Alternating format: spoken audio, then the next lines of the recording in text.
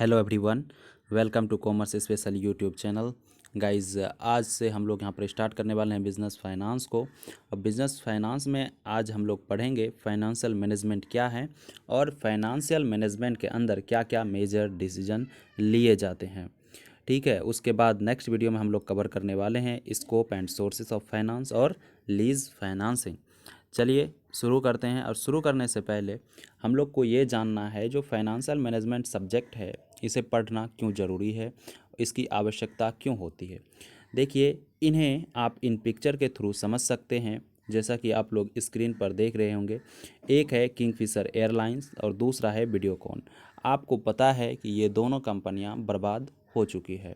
अब इन दोनों कंपनियों को के बर्बाद होने के पीछे का कारण ये है कि इन कंपनियों ने अपने फाइनेंस को सही से मैनेज नहीं किया। अगर फाइनेंस को सही से मैनेज किया होता तो ये कंपनियां बर्बाद नहीं होती। अब हमें ये पता चल गया कि फाइनेंशियल मैनेजमेंट की क्या इम्पोर्टेंस है, इसे पढ़ना क्यों ज़रूरी है। तो अब हम लोग जानेंगे कि फाइनेंशियल मैनेजमेंट क्या है। फाइनेंशियल मैनेजमेंट दो शब्दों से मिलके बना है, एक तो है फाइनेंस और दूसरा क्या है, मैनेजमेंट। यहाँ पर फाइनेंस क्या है? फाइनेंस का मतलब मनी या फंड से है। अब देखिए, एक बॉडी को फंक्शन करने के लिए, जो ह्यूमन का बॉडी है उसको फंक्शन करने के लिए जैसे ऑक्सीजन या ब्लड की नीड होती है, उसी प्रकार एक बिजनेस को स्मूथली रन करने के लिए मनी की आवश्यकता होती है। इसीलिए मनी को एवरी बिजनेस का लाइफलाइन कहा जाता है। अब बात करते हैं मैनेजमेंट का। अब मैनेजमेंट क्या है? किसी भी कार्य को systematic, effective and efficient way से किया जाना ही मैनेजमेंट कहलाती है। और मैनेजमेंट की अगर दूसरी परिभाषा की बात करें तो कहता है यहाँ पर the planning, organising, directing and controlling of resources in organisation. Organisation के अंदर जो रिसोर्सेज हैं उनका इन तरह से प्रयोग किया जाना ही क्या कहलाता है? मैनेजमेंट कहलाता है। अब हम लोगों ने जान लिया कि फाइनेंस क्या है और मैनेजमेंट क्या है। तो अब हम लोग जानेंगे कि फाइनेंशियल मैनेजमेंट क्या है। देखिए, अगर सिंपल शब्दों में फाइनेंशियल मैनेजमेंट की परिभाषा बताने का प्रयास करें तो management of flow of fund, मतलब जो फंड का फ्लो हो रहा है ना, उसको मैनेज करना ही क्या कहलाता है? फाइनेंशियल मैनेजमेंट कहलाता है। अब देखिए, और दूसरी परिभाषा की बात करें फाइनेंशियल मैनेजमेंट की, इसमें यह देखा जाता है कि जो हमारा फाइनेंस है, मतलब फंड है, मनी है, उसे हम कहाँ से ला रहे हैं और उनका जहाँ पर हम इन्वेस्ट कर रहे हैं उसका सही तरीके से एलोकेशन किया गया है या नहीं, एलोकेट किया गया है नहीं, बंटवारा किया गया है कि नहीं, जिससे कि उनसे ज़्यादा से ज़्यादा हम प्रॉफिट प्राप्त कर सकें। इन चीज़ों को ध्यान दिया जाता है फाइनेंशियल मैनेजमेंट के अंदर।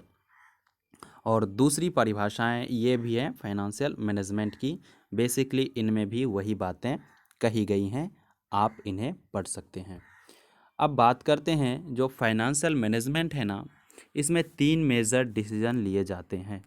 पहला क्या है? फाइनेंसिंग डिसीजन, दूसरा इन्वेस्टिंग डिसीजन और तीसरा डिविडेंड डिसीजन। अब जो फाइनेंसिंग डिसीजन है ना, इसमें प्रक्योरमेंट ऑफ फंड की बात की जाती है, इन्वेस्टिंग डिसीजन में इन्वेस्टमेंट ऑफ फंड की बात की जाती है और डिविडेंड डिसीजन में डिस्ट्रीब्यूशन ऑफ फंड की बात की जाती है।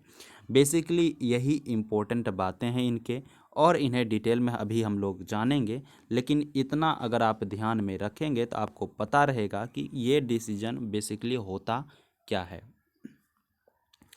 अब हम लोग यहाँ पर देखते हैं फाइनेंसिंग डिसीजन जो होती है, इसमें हम मनी को या फंड को कहाँ से रेज करते हैं ये देखने वाली बात होती है। ये वो हम ओन्ड मनी से कर रहे हैं या बोरोड मनी से कर रहे हैं, मीन्स कि वह अपना है या दूसरे का है।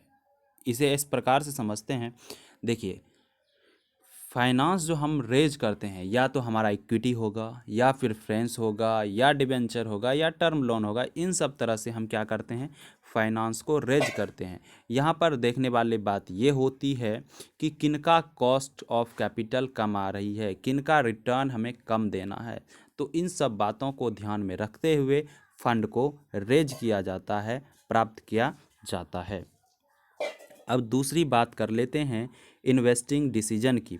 अब इन्वेस्टिंग डिसीजन में ये देखा जाता है जो मैंने फाइनेंशियल डिसीजन के अंदर फंड को रेज किया है उनका इन्वेस्टमेंट हम कहाँ करेंगे, या तो शॉर्ट टर्म एसेट्स में या फिर लॉन्ग टर्म एसेट्स में।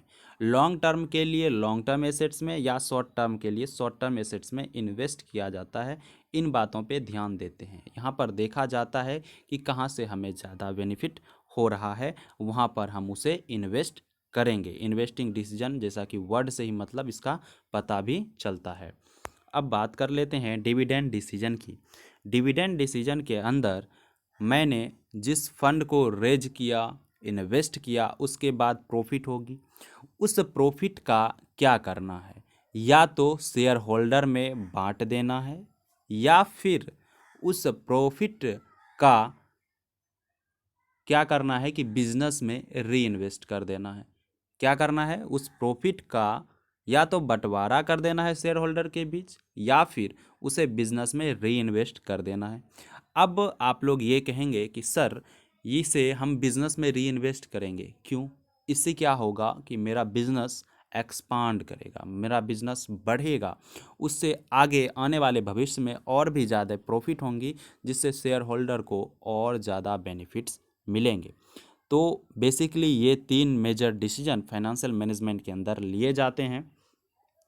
तो अभी तक हम लोगों ने क्या पढ़ा कि फाइनेंशियल मैनेजमेंट में जो 2 वर्ड हैं, एक है फाइनेंस, दूसरा है मैनेजमेंट। फाइनेंस का मतलब क्या है, मनी, और मैनेजमेंट का मतलब क्या है कि किसी भी कार्य को प्रॉपर वे में, सिस्टमेटिक वे में किया जाना।